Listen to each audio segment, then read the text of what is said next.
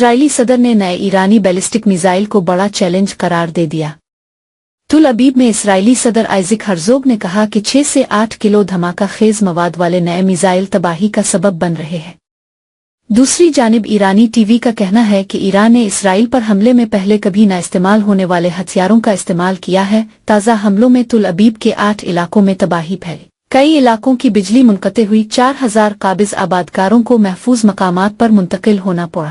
ایرانی T V کے مطابق اسرائیلی دارالحکومت میں ٹرین سروس غیر معینہ مدت کے لیے معطل کر دی گئی ہے۔ بن گورین ایئرپورٹ پر ری فیولنگ طیاروں کو بھی نشانہ بنایا گیا۔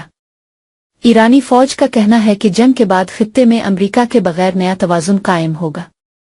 وزارت دفاع کے مطابق جنگ کے آغاز سے اب تک 600 امریکی فوجی ہلاک کیے۔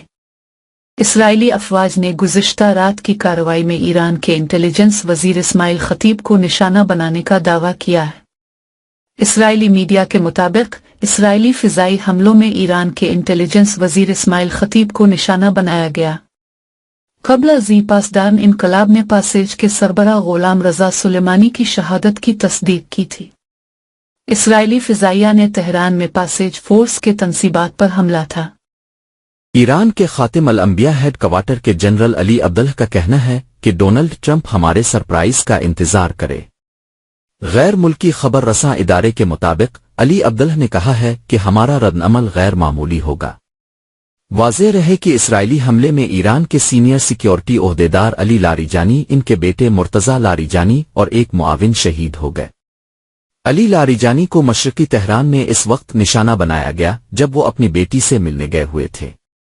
بین الاقوامی میڈیا رپورٹس کے مطابق اسرائیل کی جانب سے ایران پر کیے گئے ایک الگ حملے میں بسج ملیشیا کے سربراہ غلام رضا سلیمانی بھی شہید ہو گئے۔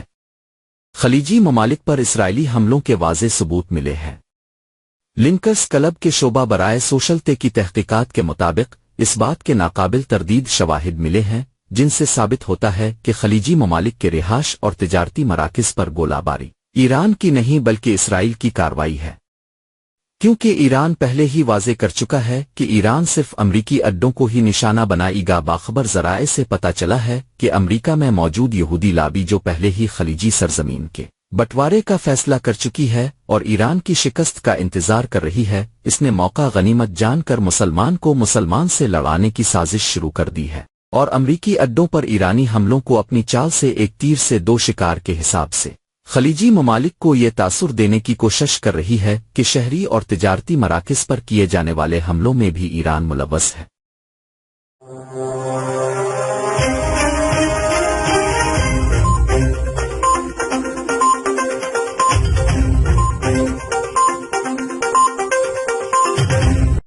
کل کراچی کے 4 مقامات پر ایران میں جاری قتل عام کے خلاف احتجاجی ماتمی ریلیاں نکالی گئی، جس کے دوران شدید طوفانی بارش شروع ہو گئی۔ بارش اور طوفان کی شدت کے باوجود مومن و مومنت نے کامیابی سے ریلی نکالی اور ثابت قدم رہے۔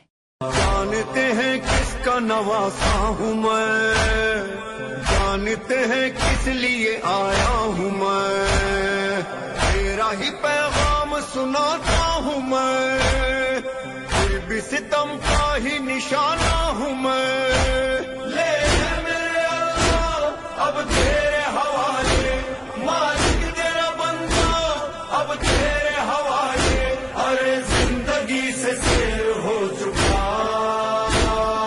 کر رہا ہوں آخری سجدہ، کر رہا ہوں آخری سجدہ۔